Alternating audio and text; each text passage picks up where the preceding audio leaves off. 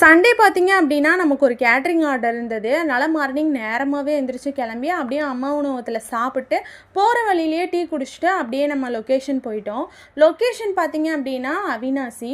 Customer நம்மக்கிட்ட என்ன கேட்டிருந்தாங்கன்னா, கேரளா குலுக்கி சர்பத்தும், பீடாவும் கேட்டிருந்தாங்க. போனதுமே வந்துட்டு நான் ஜூஸ்க்கான ப்ரிப்பரேஷன்லாம் ஸ்டார்ட் பண்ணிட்டேன். என் ஹஸ்பண்டும், என்னோட அண்ணாவும் வந்துட்டு ஸ்டால் ரெடி பண்ணிட்டுருந்தாங்க. அப்புறம் பார்த்தீங்கன்னா, என்னோட ஹஸ்பண்ட் ஸ்டால் ரெடி பண்ணி முடிச்சுட்டு, அப்படியே வந்து பீடாலாம் எனக்கு ப்ரிப்பேர் பண்ணி கொடுத்தாரு. ஏன்னா பீடா ஸ்டாலை நான் தான் நின்னேன். எப்போவுமே அவர் தான் பண்ணுவார். அதனால அவரே பண்ணிட்டாரு. அப்புறம் பார்த்திங்கன்னா ஸ்டார்டிங்கில் வந்து ஜூஸ் தான் கொஞ்சம் நல்ல மூமெண்ட்டாக இருந்தது. எனக்கு வந்து பெருசாக இல்லை. ஏன்னா கஸ்டமர் வந்துட்டு ஃபங்க்ஷனை வந்து வீட்டில் தான் வச்சுருந்தாங்க.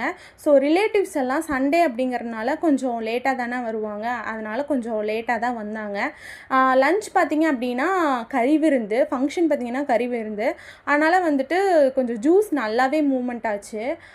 மதியானம் வந்துட்டு ஆக ஆக ரிலேட்டிவ்ஸ்லாம் வரவே எனக்கும் பீடா வந்து நல்லா மூமெண்ட் ஆக ஆரம்பிச்சிருச்சு.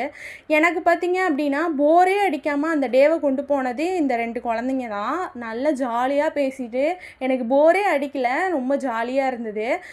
எனக்கு பார்த்திங்கன்னா இவங்க 2 பேரோட காம்போ ரொம்ப பிடிச்சிருந்தது. டாம் அண்ட் ஜெர்ரி மாதிரி சண்டை போட்டுகிட்டே இருந்தாங்க, நல்லா பேசினாங்க என்கிட்ட. அதனால் எனக்கு ரொம்பவே பிடிச்சிருந்தது அந்த டே.